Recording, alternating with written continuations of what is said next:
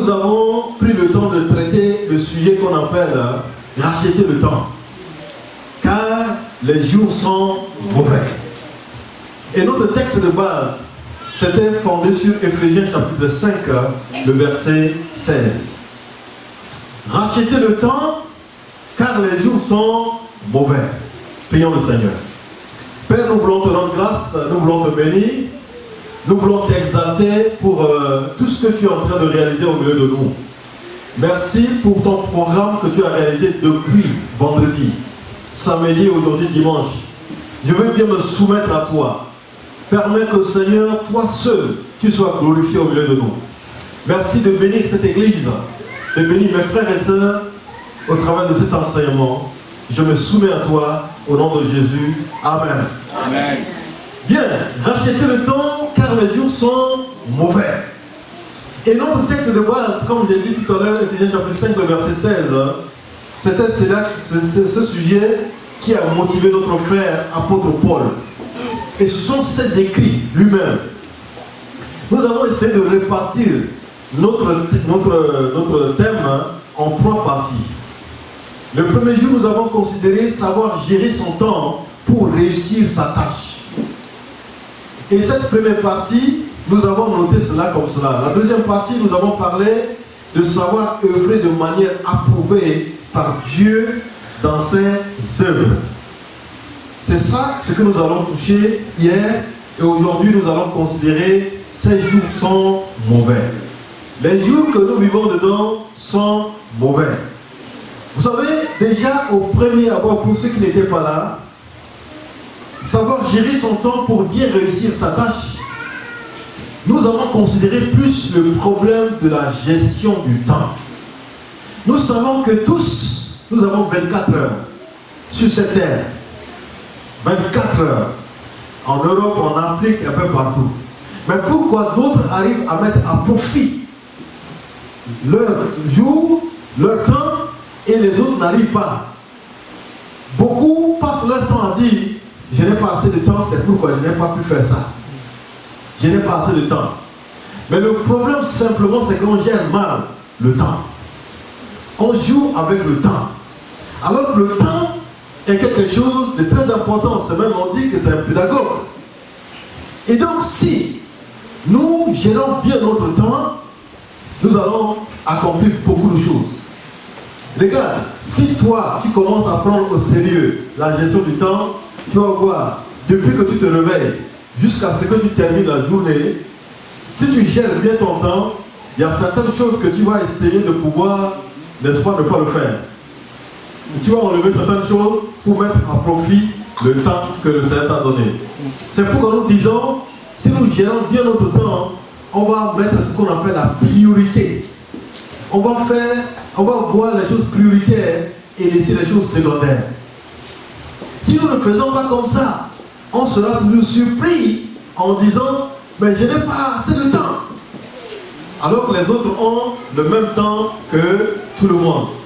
La gestion du temps nous aide, nous demande d'avoir la priorité à ce que nous sommes en train de faire ou ce que nous sommes en train de réaliser. Vous savez, dans notre monde, nous voulons suivre toujours l'exemple de notre Seigneur Jésus. Quand il est venu sur la terre, il sait qu'il est là en voyage. Il sait qu'il est là pour accomplir une mission avec un temps bien déterminé. Donc Jésus, il a fonctionné avec cette vision du temps. Et c'est pourquoi il avait dit dans Jean chapitre 9 que nous avons lu déjà dans le passé, le Seigneur dit, la nuit vient où personne ne peut travailler. Donc l'homme peut travailler que dans la journée, le jour. Et la compréhension de ce sujet, simplement le jour, c'est que tu as la force de faire ce que tu peux. La nuit est faite pour se reposer. Oui ou non? Oui. La nuit est faite pour se reposer. Imagine-toi que si tu passes la journée à travailler, le jour tu travailles et la nuit tu travailles, tu seras tellement fatigué, peut-être ça va raccourcir ton temps aussi. Et donc, la gestion du temps est importante pour notre vie personnelle et aussi pour les choses spirituelles. Jésus a mis à profit son temps sur la terre. Il a accompli un ministère de 3 ans et demi, mais aujourd'hui il y a des chrétiens un peu partout dans le monde. Pourquoi? Parce que le monsieur, il est orienté, il ne s'est pas laissé distraire par des choses, mais il s'est focalisé sur ce qu'il est venu faire sur la terre, il a accompli sa mission. À la croix, nous nous souvenons, Jésus a dit, tout est accompli. Tout est accompli. À la croix, il a dit, c'est parce qu'il a accompli sa mission. Et il est parti tête haute. Tête haute. Jésus étant pour nous un modèle. Nous tous qui sommes ici, si nous avons accepté Jésus comme notre Seigneur et Sauveur, nous devons être motivés par sa vie, par sa détermination. Quand on lui dit que vous, chrétiens, vous êtes sauvés, vous avez cru en moi, c'est que vous êtes tenus à suivre mon modèle, à suivre mon exemple. De la même manière qu'on m'a traité, on va vous traiter. Mais il ne faut pas que vous perdiez de vue que la terre est un lieu de voyage. Si vous voyez un chrétien qui est là, qui passe son temps à vivre comme les gens qui ne connaissent pas le Seigneur, ça veut dire qu'il n'a rien compris. Le chrétien, il doit comprendre que sa vie peut être enlevée à n'importe quel moment. Le chrétien doit comprendre ça. C'est pourquoi la pensée d'ici de Paul, c'est pour aider les chrétiens à pouvoir ne pas perdre le temps, mais à racheter le temps. Parce qu'on ne sait pas ce qui peut arriver. Vous savez que dans les églises, et les gens, n'est-ce pas, se sont levés contre les chrétiens dans les moments des cultes et tout. Parfois, on vient pour tuer les chrétiens dans l'église. Est-ce qu'on a écouté ça, oui ou non? Oui. Oui, il y a la persécution. Il y a des moments difficiles qui arrivent. Mais ça va encore accentuer, mes frères et sœurs. Ne soyez pas surpris. Quelles que soient les prières que nous allons faire d'une manière ou d'une autre, ça ne va pas empêcher le programme de Dieu de se réaliser. Les choses vont devenir difficiles au fur et à mesure. Comme les gens disent, quand on monte en altitude, la température diminue. Il y a ça, cette réalité aussi dans les choses spirituelles.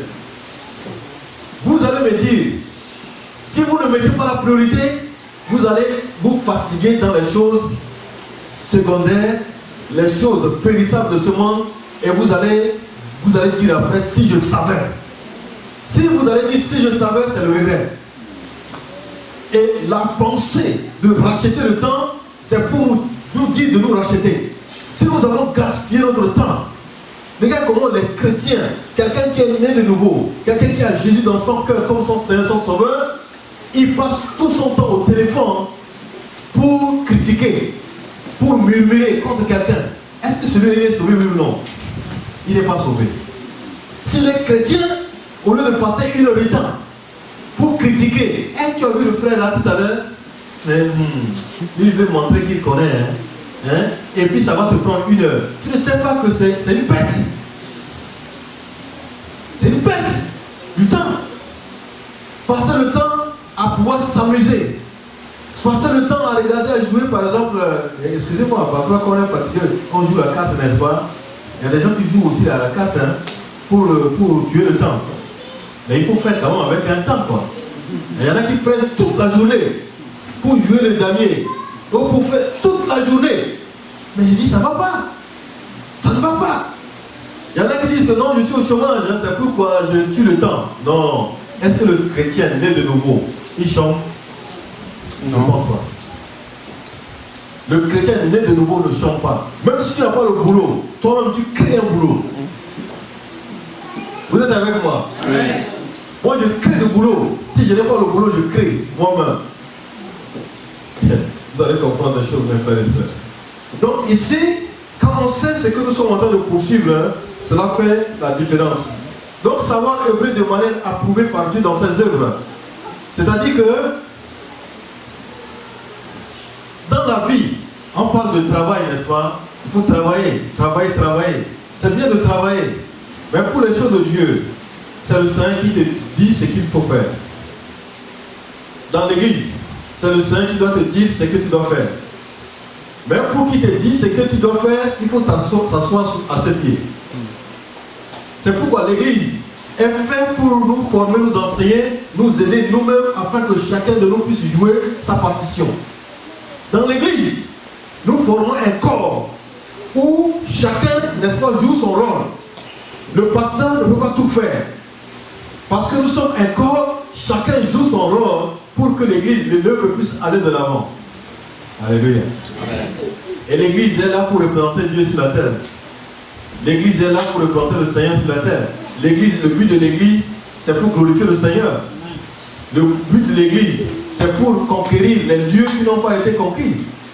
Le but de l'église, c'est pour évangéliser les endroits où il n'y a pas, n'est-ce pas, l'évangile. L'église n'est pas là juste pour être. Vous savez, l'église est une puissance. L'église est une force. C'est pourquoi Jésus a promis, je bâtirai mon église. Alléluia. Amen. Donc mes frères et sœurs, si nous voulons œuvrer de manière approuvée par Dieu, laissant le Seigneur lui-même nous dire ce qu'il veut faire à travers notre vie. Si nous-mêmes nous fabriquons, vous savez, si quelqu'un n'a pas cette grâce de chanter, il va venir ici en disant non, la manière que les sœurs chantent là, c'est pas bon. Moi, je vais vous apprendre comment chanter. Mais s'il est motivé par la chair, en venant ici, il va faire au moins peut-être 2 mois, 3 mois fatigué. Hein. Il va dire, ça c'est pas ma place. Parce qu'il va chanter en cacophonie. Ça ne marchera pas. Mais quand c'est le Seigneur qui nous a fait grâce, quand on vient là, parfois tu chantes, les gens vont dire, oh ta voix là vraiment c'est pas bien. Tu dis, ah, je ne le fais pas pour glorifier quelqu'un, je le fais pour la gloire de Dieu. Même si ma voix c'est comme du capot, il n'y a pas de problème. C'est pour glorifier le Seigneur. On va t'insulter, mais toi, tu glorifies le Seigneur. Amen. Alléluia. Amen. Si c'est Dieu qui t'a mis ici, tu es pasteur de cette église, et que tu prêches, les gens disent, non, ce que tu dis c'est trop dur, c'est trop dur. Tu dis, ah, je fais mon boulot, parce qu'il m'a mandaté pour le faire. Si vous ne voulez pas accepter, je fais ce que lui me dit de faire, parce que j'aurai un compte à rendre à qui? À Dieu. On ne fait pas pour faire plaisir à qui que ce soit, mais on le fait pour plaire au Seigneur. Alléluia. Amen. Donc c'est comme ça, mes frères et sœurs, si nous œuvrons de manière approuvée par Dieu, on ne va pas chercher à plaire à qui que ce soit, mais on va chercher à plaire au Seigneur. Pour cela, il faut s'asseoir à ses pieds, être son disciple. Vous savez, Jésus, quand il avait pris les disciples et étaient avec lui, Jésus n'a pas commencé à dire, venez, venez, venez. Allez, il commençait à envoyer les gens pour aller prêcher l'évangile. Non, hein. Jésus a appelé les gens d'abord pour être avec lui, pour qu'il est fort, pour qu'il travaille sur eux. Qu'est-ce que Jésus voulait faire à travers eux, mes frères? Vous savez, il y a un élément important que je veux toucher ce matin, qui fait que parfois on est très zélé pour les choses de Dieu, mais si nous ne laissons pas le Seigneur faire le travail dans la chose là, ça va détruire le travail, c'est le caractère. C'est le caractère. Si tu n'as pas le caractère de Christ en toi, ce que tu construis, toi-même tu vas détruire ça. Si tu n'as pas le caractère de Christ en toi, tu ne peux pas aller loin avec les choses de Dieu. Et donc Jésus, en ayant les disciples avec eux, c'est pour modeler leur vie. C'est pour travailler leur vie pour que leur caractère soit à son image. Le caractère de Christ. Si ça ne se trouve pas en toi, tu ne pourras pas rester très longtemps dans ce que tu es en train de faire. Sache que, comme on a insulté Christ, on va t'insulter. Quand on a insulté Christ, qu'est-ce qu'il a fait? Il a répondu? Non. Mais si aujourd'hui on va t'insulter, tu vas commencer à brancher, ça veut dire quoi? Tu te défends. Tu n'as pas à te défendre. Laisse le Seigneur te défendre. Ça, il faut que ton caractère soit travaillé à ce niveau. Il y a des gens, quand on les critique, ils sont très malheureux. Ah, vous savez, moi qui se trouve devant vous, on m'avait critiqué. Même dans la prédication de la parole. On dit, non, mais écoutez, ton français là, c'est pas trop bon. Hein? Il faut, vous savez, le français est une langue musicale. Hein? Quand on parle français, les gens doivent être contents. Mais toi, quand tu parles ton français, c'est cru. Qu'est-ce qu'ils veulent me dire? Il faut arrêter. Il dit, je n'arrête pas. Je prends le, je prends là, je cours, j'avance. Alléluia. Et aujourd'hui, par la grâce de Dieu, il y a le sujet verbe complément. Alléluia. Que le nom du Seigneur soit béni.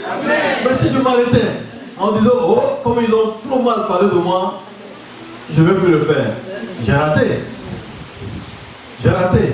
Est-ce qu'aujourd'hui, en maintenant devant vous, je parle, vous écoutez oui ou non? Ça veut dire qu'il y a un travail qui a été fait.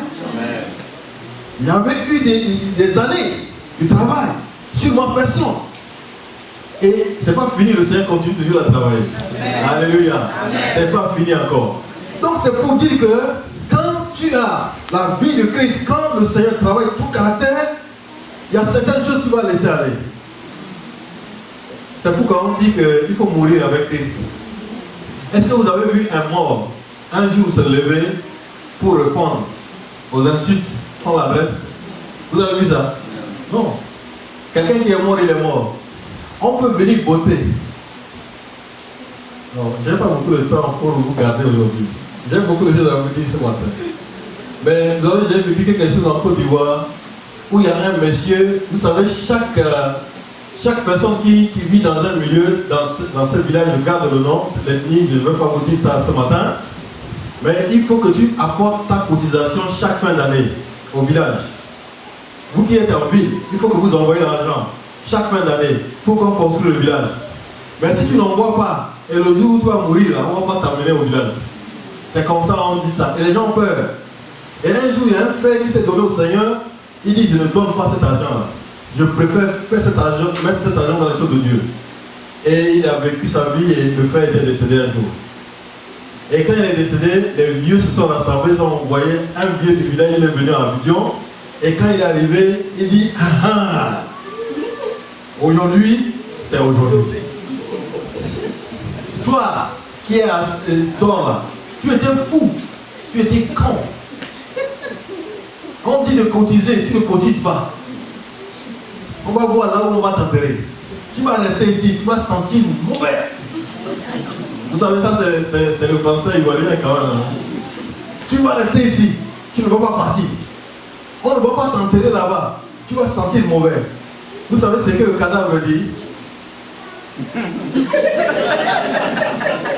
On dit tout sur le cadavre là. Il est il met la main comme ça. Toi là, toi je te parle, toi. Tu vas rester ici, sentir mauvais ici. Le cadavre est là. Dis rien. Ils ont attendu, il a attendu. Après quelques temps, il dit, bon ben, quoi qu'on fasse, tu vas rester ici, sentir les gens ici pour rien. On va le prendre pour aller le jeter dans un trou là-bas. Ils l'ont pris, oui ou non? C'était parti. Ils ont fait un petit trou, ils ont dit, c'est un petit trou, hein. Un petit trou quelque part, on va le jeter là-bas. Ils ont quand même fait le petit trou là. Ils l'ont jeté. Est-ce que c'est le problème du frère? Il est parti. S'il reste ici, il va vous sentir. Ça va vous sentir vous-même. C'est pas lui, il est parti. Vous voyez, il y a cette tradition qui aujourd'hui joue aussi sur la vie des chrétiens. Il y en a qui sont liés à la tradition au point où ils ne sont pas libres. Et il faut que le Seigneur nous délivre ce matin. Amen. Alléluia. Amen. Je sens qu'aujourd'hui il y a l'onction de délivrance au milieu de nous. Amen. Le Seigneur veut libérer des hommes et des femmes. Alléluia. Amen. Pour que nous vivons pour lui, pour sa seule gloire. Alléluia. Amen. Rapidement, vous voyez, aujourd'hui, nous parlons de cette troisième partie avant de prier. Ces jours sont mauvais. Les jours que nous vivons dedans sont mauvais. Personne ne peut me dire le contraire. Vous avez écouté ce qui est arrivé hier à Villerban. Vous suivez aussi les infos, n'est-ce pas? Un jeune qui est venu avec le couteau, n'est-ce pas, il a poignardé quelqu'un, un jeune de 19 ans est mort. Et puis il y a des catastrophes qui sont aussi arrivées après. Ça veut dire qu'il n'y a pas de... Il n'y a rien de sûr dans ce monde. Le jeune homme de 19 ans qui est sorti, il sait qu'après peut-être mes coups, je vais rentrer à la maison. Il n'est pas revenu. Il n'y a rien de sûr. Même nous qui sommes ici, on vit dans une vie d'insécurité. Quoique, aujourd'hui, il y a beaucoup de caméras partout. Mais ça ne règle pas le problème. C'est-à-dire que nous sommes en insécurité partout.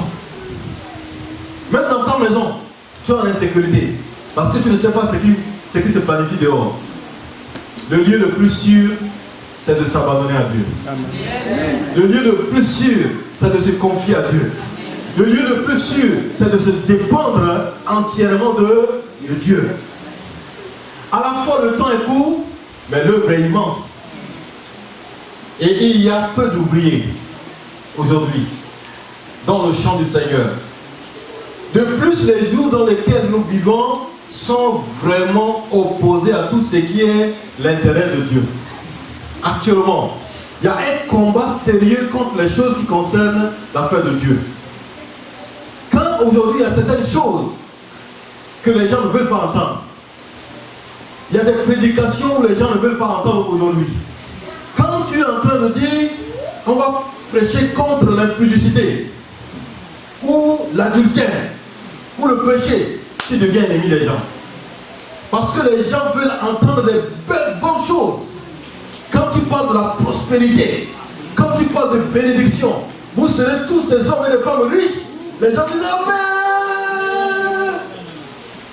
Ils aiment entendre des fables, des choses éphémères, des choses qui n'amènent pas quelqu'un à vivre l'éternité avec Dieu, des choses qui profitent simplement à la terre, ici. Le chrétien, celui qui est né de nouveau, il doit comprendre qu'il est sur cette terre en voyage. Il est en mission sur cette terre. Il viendra un temps, il va aller rencontrer son Seigneur. Il ne doit pas perdre de vue cette réalité. Pour la question du temps, ça dépend de Dieu. Mais s'il me permet aujourd'hui de vivre, je dois savoir que je vis pour lui. Je vis pour lui. Je vis pour le plaire. Tout le monde ne sera pas d'accord avec toi. Mais c'est toi qui sais ce que tu es en train de faire. Et c'est toi qui sais, qui dois savoir ce que tu es en train de vivre. Tout est fait aujourd'hui pour s'opposer, n'est-ce pas, aux choses de Dieu. Mais le Seigneur nous a donné, il a donné une stratégie à son église. Quand il disait dans Actes chapitre 1, verset 8, il dit quoi? Vous recevez une puissance, le Saint-Esprit survenant sur vous et vous serez mes témoins où? Jérusalem, dans la Judée, en Samarie et juste aux extrémités de la terre. Regarde, pour devenir témoin, on n'a pas besoin d'avoir un diplôme avant de devenir témoin. Quand le Seigneur dit à l'église, vous serez mes témoins, ça veut dire quoi? C'est que toi tu as expérimenté au niveau de ta vie. Tu es témoin de ce que tu as vécu avec Dieu. Quelqu'un peut entendre ça et être béni. Vous êtes avec moi. Amen. Donc si aujourd'hui vous me dites que voilà, je ne peux pas témoigner du Seigneur, je dis non, il y a un problème. C'est comme si tu n'as rien vécu avec Dieu toi-même. Si tu as vécu quelque chose avec Dieu, c'est ça que tu dois témoigner. C'est ça que tu dois dire. Est-ce qu'il y a des gens qui ont des témoignages de donner ici? Amen. Alléluia. Amen. Est-ce qu'il y a des gens qui ont leur vie transformée ici? Amen. C'est ça que les gens veulent entendre. Je vivais comme ça, mais aujourd'hui le Seigneur m'a aidé à vivre comme ça. Maintenant je suis en paix avec moi-même parce que je sais que le Seigneur est dans ma vie. Alléluia. Amen. Donc le Seigneur dit, vous recevez l'Esprit de Dieu, le Saint-Esprit, et vous serez mes témoins. Jérusalem, Judée, Samarie, aux extrémités de la terre. Ça, c'est le travail du témoin, est demandé à tout chrétien, à tous ceux ou celles qui ont vécu des choses avec Dieu. Et donc, c'est cette mission qui est donnée à l'Église. L'Église, c'est quoi? Ce n'est pas le bâtiment d'abord qui se trouve là. L'Église, c'est toi et moi. C'est vous qui êtes là. C'est vous qui êtes le corps de Christ. C'est vous qui êtes l'Église. Si aujourd'hui il y a ce bâtiment et qu'il n'y a personne dedans, est-ce qu'on va dire que c'est une église? C'est un bâtiment. Mais l'église c'est toi. C'est toi qui es là. Si tu comprends ta mission, c'est ça que tu as compris, la mission que le Seigneur a voulu accomplir au travers de ta vie. Donc, Jérusalem. Peut-être que vous allez me dire, mais nous sommes en France. On n'est pas en Israël. Pour parler de Jérusalem, de Judée, de Samarie, juste aux extrémités de la terre. Mais vous vivez en France ici. Votre Jérusalem ici, c'est la ville de Paris aussi, n'est-ce pas? Hein? Il y a des milliers de personnes en Paris qui ne connaissent pas encore le Seigneur. Qu'est-ce que toi tu dis de ça? Ta Jérusalem n'est pas simplement dans ton pays, hein? Là où le Seigneur t'a permis de vivre ici. Vous savez, j'ai pris le temps d'arriver jusqu'à l'ouest de la France, où je rentrais dans des petits villages. Il y a un village qu'on appelle Carex. Ça c'est parmi les peuples comme les Bretons. Hein. Et dans ces milieux, je me suis rendu compte qu'il y a des bâtiments d'église qui existent là, qui existaient et qui sont là encore aujourd'hui. Mais ces bâtiments, il n'y a personne dedans les dimanches. Il n'y a même pas le prêtre qui va venir célébrer. C'est des bâtiments jolis, hein, mais ce sont des lieux qui sont transformés en boîte de nuit. Il y en a qui sont transformés en lieu de restaurant. C'est l'église. Mais j'ai posé la question de savoir pourquoi c'est devenu comme ça. Ils m'ont dit parce qu'il n'y a personne. Il n'y a pas un prêtre qui vient. Donc les gens qui sont là, ils sont obligés d'aller loin pour adorer. Parce qu'il n'y a personne. La vocation est en train d'être régressée. Les gens ne s'engagent pas. Les gens, au contraire, se désengagent des choses de Dieu aujourd'hui. Les gens se désengagent. Pourquoi? C'est à cause du temps. Il y a une pression sur notre temps, frères et sœurs. La pression qui se trouve sur notre temps, c'est pour empêcher les gens à faire la volonté de Dieu. C'est pour empêcher les gens à faire ce que Dieu veut. Et le Seigneur, dans sa grâce, il va nous aider. Alléluia. Afin que nous puissions racheter ce temps. Parce que le temps est mauvais. Je peux vous donner plusieurs exemples, plusieurs témoignages de ces moments de temps, mais vous comprenez, quand vous suivez l'information, vous savez ce qui se passe. Il y a deux points importants dans ce sujet de ces jours sont mauvais. Le premier point, c'est de considérer ce qui empêche les croyants ou les chrétiens aujourd'hui d'être avec le Maître. Qu'est-ce qui les empêche d'être avec Jésus aujourd'hui? Qu'est-ce qui empêche les chrétiens aujourd'hui de pouvoir impacter, n'est-ce pas, notre monde? 1 Jean chapitre 2. Lisez avec moi 1 Jean chapitre 2, le verset 15 au verset 17. 1 Jean chapitre 2, verset 15 au verset 17. La Bible dit ceci. N'aimez point le monde, ni les choses qui sont dans le monde. Si quelqu'un aime le monde, l'amour du Père n'est point en lui.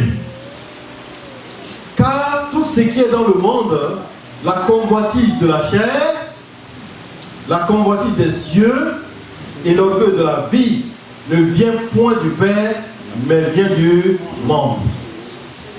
Et le monde passe, et sa convoitise aussi. Mais celui qui fait la volonté de Dieu demeure éternellement. Amen. Amen. Mais celui qui fait la volonté de Dieu demeure éternellement. Vous savez, quand on parle ici du monde, hein, c'est qu'on parle du système. C'est le système. Aujourd'hui, il y a un système qui est mis en place pour lutter contre les gens qui veulent plaire au Seigneur. Il y a un système, même dans les lieux du service. Il y a des systèmes dans les lieux du service. C'est des choses qui sont cachées, qui sont voilées. Je me souviens, j'ai discuté avec quelqu'un qui dit, mais si tu veux devenir un cadre en Afrique, dans ton pays, il faut rentrer dans un système. Tu es dans ce système, on va te promouvoir rapidement. Il y a des sectes, hein, et quand tu rentres dedans, rapidement tu as la promotion. Et tu gravis les échelons dans ton pays. Même ça se passe ici en France, un peu partout dans ce monde-là. C'est le système. Il y a des services où on dit, c'est comme ça se passe. Si tu veux rester ici, il faut faire comme ça. C'est le système. Et c'est ce que la Bible dit ici.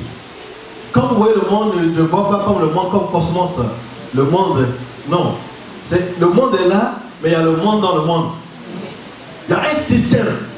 C'est pourquoi quand tu veux évangéliser par exemple les drogueurs ou les gens qui vivent dans les trucs, c'est pas la même chose comme tu évangélises les musulmans. Hein? Parce que les gens qui vivent dans la drogue, si tu veux les évangéliser, il faut apprendre comment aussi les aborder. Je ferme cette parenthèse. Parce qu'on aura l'occasion dans l'avenir de creuser ces choses. Mais les trois points évoqués ici, dans ce sujet, la convoitise de la chair, la convoitise des yeux et l'orgueil de la vie. Voilà les trois choses qui empêchent aujourd'hui ceux qui veulent aller loin avec le Seigneur de le plaire. C'est-à-dire que cette convoitise-là, le chrétien, il vit différemment. Il ne vit pas dans la convoitise. Il y a des gens qui sont avec le Christ aujourd'hui, mais il continue de vivre dans cette convoitise de la chair. Tout ce qui est là, il veut l'avoir. Ils vivent dans la chair. C'est-à-dire que si les autres vivent dans l'impudicité, le chrétien qui doit vivre pour plaire au Seigneur, il doit vivre comment? Le contraire de ça. Mais si aujourd'hui il est dedans, ça veut dire qu'il est pris dans ce piège-là. La chair. La Bible dit les œuvres de la chair sont manifestes. Mais le Seigneur nous invite à vivre dans l'esprit. Celui qui marche dans l'esprit, Romains chapitre 8, le verset 16, il marche dans l'esprit, il n'accomplit pas les œuvres de la chair. On est dans ce monde. Mais voilà l'arme efficace de marcher pour le Seigneur dans ce monde. Marcher dans l'esprit. La chair. La chair domine. Vous savez même aujourd'hui la chair fraîche. Il y a des prédicateurs de la chair. Je ne parle pas de la chair qui est là, mais la chair qui est la chair même fraîche, comme les Anglais disent. C'est-à-dire que tout ce qu'il fait, c'est pour sa propre gloire. Il fait pour se faire plaisir. La chair. La chair aime se faire plaisir. Quand aujourd'hui on parle à quelqu'un de mal, s'il vit dans la chair, il va s'énerver toute la nuit. Mais pourquoi on va critiquer? Personne ne doit me critiquer. C'est que c'est toi qui es dans la chair, si tu es comme ça. Qui ne vis pas dans l'esprit. La meilleure des choses, c'est que le chrétien qui vit dans l'esprit, on le critique quand il veut dormir, il prend les critiques là, il met sur la table de chambre là. Il dépose, il dort, il ronfle. Il ronfle. Il dépose les problèmes à côté, il dort. C'est comme ça moi je fais. Hein. Parfois, il y a des difficultés qui viennent de gauche à droite. Je dis, Seigneur, c'est pas moi ce problème. Tu sais, j'appartiens à toi. Aide-moi à relever ce défi. Je prends ce problème, je dépose dans la croix.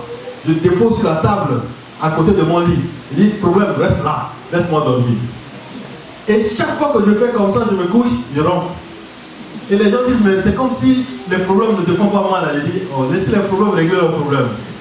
Les problèmes, on n'en finit jamais avec ça. Alléluia. Amen. Vous qui êtes ici, frères et sœurs, venant d'Afrique, vous savez que parfois les gens qui sont au pays, quand ils vous appellent au téléphone pour vous dire, il y a un besoin urgent dans la famille, quelqu'un est malade, on voit l'argent rapidement, sinon la personne va mourir. Beaucoup de fois, c'est une manière juste de te bouffer de l'argent. Et si tu ne fais pas attention, ta tête tourne. Si tu es en train de conduire, tu seras vraiment mal à l'aise jusqu'à ce que tu ne vas pas attendre, tu vas faire un accident pour rien. Parce qu'il faut envoyer, il faut envoyer, il faut envoyer. Même tu n'arrives pas à dormir si tu n'as pas d'argent. Ça ne doit pas être comme ça pour toi, disciple du Seigneur. Alléluia. Amen. Tu prends ce problème. Si tu peux relever le défi, voilà, demain. Si tu ne peux pas, tu te déposes sur la croix du Seigneur. Alléluia. Amen. Et tu continues ta marche avec le Seigneur. La convoitise de la chair. Comment est-ce que tu vis ce jour-là? Comment est-ce que les choses se passent avec toi? Est-ce que vraiment tu n'es pas gagné par le plaisir de ce monde en vivant dans cette chair? Il y a ce que nous appelons la convoitise des yeux.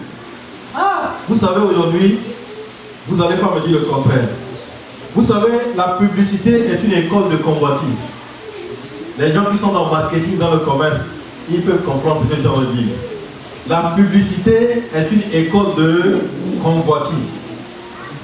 Vous savez, on va prendre quelque chose en embellit, bien on fait passer à la télé. C'est joli, c'est beau. Tu vois ça, tu dis, hé, il me faut avoir ça.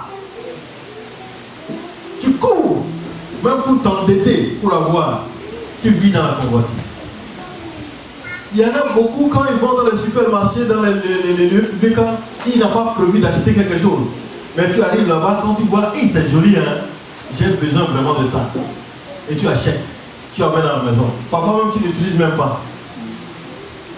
Tu n'utilises pas. J'étais rentré un jour pour prier avec un frère policier.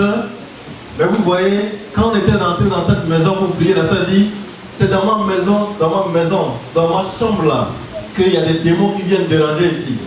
Je ne dors pas bien la nuit à cause. Il faut que vous rentrez, homme de Dieu, venez, rentrez dans ma chambre, priez pour chasser ces esprits-là. Quand on rentrait, la sœur avait problème pour fermer son armoire. Parce qu'il y a tellement d'habits, tellement de chaussures. Elle faisait les pieds pour mettre contre la porte pour fermer. Parce qu'il y en a beaucoup. Et vous savez ce qui est là-bas, j'ai fait un peu la curiosité pour regarder. J'ai vu que dans les habits, le haut est combiné avec le bas et avec le pied. Et quand même ça. Et c'était beaucoup. J'ai dit, mais madame, hey, tout ça c'est pour qui? Elle dit, non, papa, tu sais, c'est comme ça. Il faut être propre, non? J'ai dit, oui, il faut être propre, mais quand même. C'est des bagages, hein? C'est des bagages. Il y a d'autres qui ont besoin aussi de ça. Tu ne peux pas donner aux autres. Mais ça me coûte trop cher, hein? Les yeux. La convoitise des yeux. Tu as déjà une voiture, mais tu vois la voiture de quelqu'un, tu dis, il faut que je change ma voiture là. Mais si cette voiture roule, pourquoi tu vas changer? Si tu vis dans ça, c'est que tu vis dans la convoitise des yeux. Tout ce que tu vois, tu veux avoir. Tu veux avoir. Il faut que tu sois délivré, frère. Il faut que tu sois délivré, ma soeur. Si tu vis comme ça. C'est pas normal. Vous savez, de fur et à mesure, les choses vont devenir jolies. Jolies, jolies. Mais si tu continues de faire ça, quand tu vas servir le Seigneur, quand tu vas faire ce que Dieu veut que tu fasses avec les moyens que tu as dans la main, l'orgueil de la vie. Voilà, mes frères, le monde nous trompe dans beaucoup de choses. Le système de ce monde nous trompe. Ah oui, mais il faut être à la hauteur. Il faut être à la hauteur. Il faut avoir le langage qu'il faut. Il faut. Et l'homme se bat. Il sort le matin. Chacun court. Il faut que je fasse ça pour qu'on me respecte. Parce que pour qu'on me respecte, il me faut ça. Est-ce que tu as besoin de ça pour qu'on te respecte? Moi, je crois, hein, quand on a Christ dans sa vie et on vit la vie de Christ, n'importe où nous arrivons, les gens, on va imposer le respect. On va imposer le respect. Alléluia. Donc voilà, mes frères, et l'homme de Dieu a essayé de dire ce qui empêche les chrétiens aujourd'hui d'être avec le maître, c'est que la convoitise. Convoitise. On veut tout avoir pour nous. On veut tout avoir pour nous. On veut tout avoir pour nous. Ça ne doit pas aller comme ça pour nous, mes frères. Il faut que nous fassions face à ça. L'attitude que nous devons avoir doit être différente. Parce que nous savons que le temps est court. Le temps est court, on ne gaspille pas nos énergies, nos ressources pour des choses périssables. Mais on investit dans ce qui est éternel. Et la première ressource importante à investir, c'est ta vie. C'est ta vie qui est la première ressource importante. Tu investis ta vie dans quoi? La question que je pose ce matin. Tu investis ta vie dans quoi? Regarde les années que tu as vécues jusqu'à aujourd'hui. Tu investis ta vie dans quoi? Il y a même des gens aujourd'hui, ils passent tout le temps dans le plaisir. Mais est-ce que tu sais que c'est des choses qui vont rester sur la terre? Je crois qu'après ce séminaire, il faut que nous fassions, n'est-ce pas, un choix. Il faut que nous nous décidons. En quoi j'investis ma vie? Si tu as investi pendant des années dans des choses périssables, ok. Mais maintenant tu peux l'acheter. Si ça te reste encore combien de temps, je ne sais pas, Dieu seul le sait, mais il faut que tu te décides que le reste de mon temps, je vais investir pour les choses du royaume de Dieu. Alléluia. Je veux que le Seigneur soit glorifié à travers ma vie. La deuxième chose importante, c'est se rendre disponible au Seigneur. Se rendre disponible au Seigneur. Et pour ça, lisez avec moi Matthieu chapitre 21. Et après quoi nous allons prier tout à l'heure. Matthieu chapitre 21. Nous allons lire le verset 1 au verset 5. Matthieu chapitre 21, verset 1 au verset 5. La Bible nous dit ceci. Lorsqu'ils approchèrent de Jérusalem et qu'ils furent arrivés à Bethphagée, vers la montagne des Oliviers, Jésus envoya 2 disciples en leur disant: allez au village qui est devant vous. Vous trouverez aussitôt une ânesse attachée et un ânon avec elle. Détachez-les et amenez-les-moi. Si quelqu'un vous dit quelque chose, vous répondrez: le Seigneur en a besoin. Et à l'instant, il les laissera aller. Or, ceci arriva afin que s'accomplisse ce qui avait été annoncé par le prophète. Dites à la fille de Sion, voici ton roi vient. Ton roi vient à toi. Plein de douceur et monté sur un âne. Sur un ânon, le petit d'une ânesse. Alléluia. Amen. C'est un texte important. Ici, nous avons vu un ânon qui est attaché, qui attend que son maître vienne l'utiliser. Il est attaché. C'est une bonne illustration. Hein? C'est-à-dire que nous ne devons pas être distraits. Nous devons attendre que notre maître vienne monter sur nous pour nous utiliser. Comme cet ânon. Il est attaché, il attend le bon moment. Le moment favorable. Et le moment favorable est arrivé, le maître dit, allez détacher cet ânon-là. C'est lui qui a ordonné. Je vais monter sur lui pour, n'est-ce pas, aller à Jérusalem. J'aime cette illustration. Quand vous voyez, la Bible dit, quand cet ânon ou cet âne est arrivé à Jérusalem, quand Jésus est dessus, vous savez ce qui est arrivé? Les gens étaient contents d'accueillir, n'est-ce pas, la présence de Jésus. Mais est-ce que cet âne a bénéficié aussi de l'honneur ou de la joie aussi, oui ou non? Oui. Les gens jetaient les pagnes. L'ânon marche dessus. L'ânon marche dessus en partant. Pourquoi cet ânon est honoré? Parce que Christ est dessus. Parce que Christ est dessus, il y a l'honneur, il y a cette grâce. Mais s'il n'est pas dessus, ça n'ira pas. Et cet ânon était content. Parce qu'au moins, les gens, moi qui transportais que leur bagage chaque fois, aujourd'hui, je deviens important. Au moins, je suis devenu important aujourd'hui. Donc, vous voyez mes frères, la réponse du Seigneur aussi est importante. Il dit, quand les gens vont vous demander pourquoi vous détachez cet ânon, il faut leur dire, le Seigneur en a besoin. Le Seigneur en a besoin. Le Seigneur en a besoin. Est-ce que Dieu a un besoin? C'est nous qui avons des besoins, n'est-ce pas? Mais je vais vous dire que Dieu aussi a un besoin. Dieu a un besoin. Dieu a un besoin. Le besoin de Dieu, c'est pour que toi tu comprends le pourquoi Christ est venu. Le besoin de Dieu est que tu comprends le pourquoi Christ est sacrifié. Le besoin de Dieu est que tu ne joues pas avec le temps que Dieu t'a donné. Dieu a un besoin. Le besoin de Dieu est que les gens entendent l'évangile partout. Le besoin de Dieu est que les gens connaissent Jésus. Mais toi, chrétien, qu'est-ce que tu fais? Chaque fois, tu es là, Seigneur, ça ne va pas. Seigneur, ça ne va pas. Seigneur, ça ne va pas. Toujours que c'est toi qui as des besoins. Mais Dieu aussi a des besoins. Dieu a des besoins. Dieu a des besoins, mes frères et sœurs. Le besoin de Dieu, c'est de monter sur toi. Il faut que tu sois disponible à lui pour qu'il monte sur toi et utiliser ta vie. Il faut que tu acceptes. Ce n'est pas forcé, mais c'est volontaire. Accepte que Christ monte sur toi ce matin. Accepte que Christ prend contrôle de ta vie ce matin. Accepte que Christ soit roi sur ta vie. Et tu vas voir la différence. Amen. Tu vas voir les choses d'une manière différente dans ce monde. Tu vas vivre les choses d'une manière extraordinaire. Parce que la présence de Christ fait toujours la différence. Le maître en a besoin.